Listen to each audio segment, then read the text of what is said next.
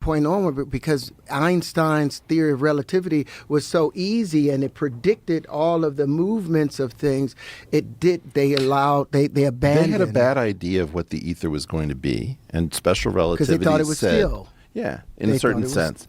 And what you are trying to say, the way I interpret it, again, and I don't know if I'm right if we don't do the work, is, hey, the spiritual successor to the idea of the ether exists.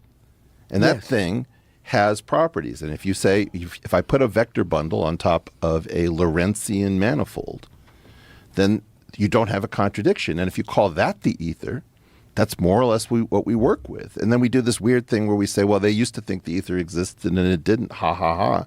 And that's not really... No, because that's when they said that space was a vacuum. And they realized that space is not a vacuum. It's not a vacuum. Yeah. It's not a vacuum. Do you know how much is going on in that vacuum? It's all going on. Yes, all of this stuff. I understand. So this is the thing, which is if you step on this thing the wrong way, everybody laughs and says, ha, ha, ha, he doesn't understand the Michelson-Morley experiment. He doesn't understand why there's no ether. And then we secretly sneak it back in this. Thank you. Thank you, Joe. Cheers. Cheers, gentlemen. Yeah, cheers.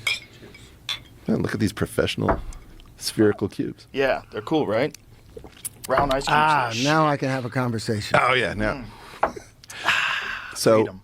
Mental freedom in a glass. So or in prison. If you're careful about it, it makes sense. If you're not careful about it, the whole thing blows up in your face. And the reason that I speak about the ether, all of the wave conjugations, all of my patents have been defining different aspects of the ether. I believe that I've defined the electric side, the plasmoid side, and I believe that I've defined the magnetic side and the constitution between them. I mean, that's what I want to show. I want to get to that. Let's go back to the flower. Oh, but before you go from that other spot, if you look at that picture again of those two photons interacting, it looks like it's at the center of what would typically be a whirlpool. This is like the very center of a whirlpool. So they've got them moving right by each other or in creating that vortice, that natural vortice. That's what they took the picture of.